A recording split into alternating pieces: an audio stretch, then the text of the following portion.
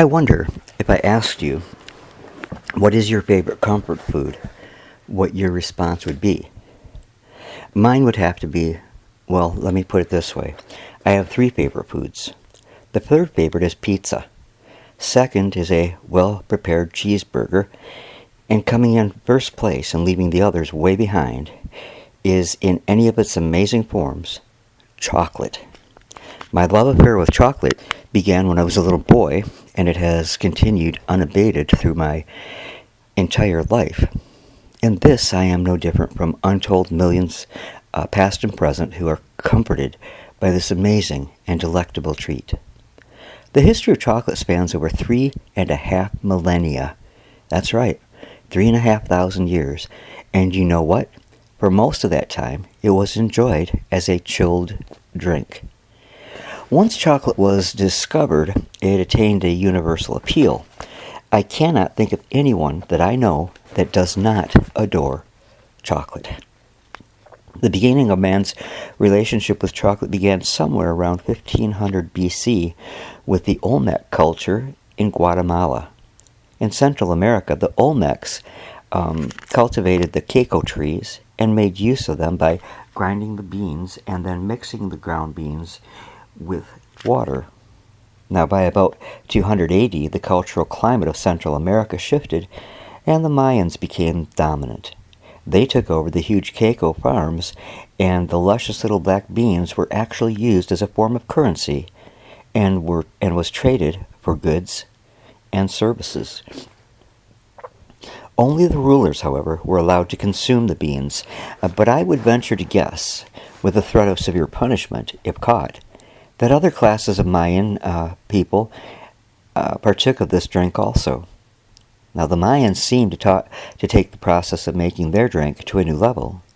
The Mayans roasted the beans, ground them, and added spices such as chili. And the mixture was shaken vigorously until a froth formed on top, and then it was ready to enjoy. I have never tried chocolate with chili together, but I suppose it can't be too bad. I would really love, actually, to try this sometime. I have consumed chocolate as a drink, as hot chocolate, that is. I've drank it mixed with liquor, but more about that later, perhaps. That's a personal family secret I probably should keep.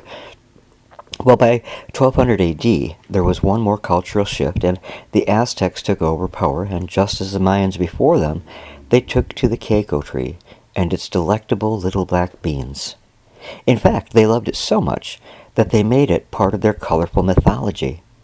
Their god was the colorful flying and feathered serpent Quetzalcoatl, and he was believed to have taken a cacao tree from the heavenly realms and dropped it on the plains of Central America, where it was ready to be made into a healthful drink for the ruling class.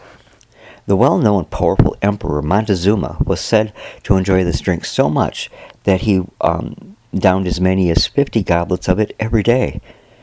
There is nowhere recorded how many trips to the bathroom those 50 goblets a day caused him, but I imagine they were quite extreme.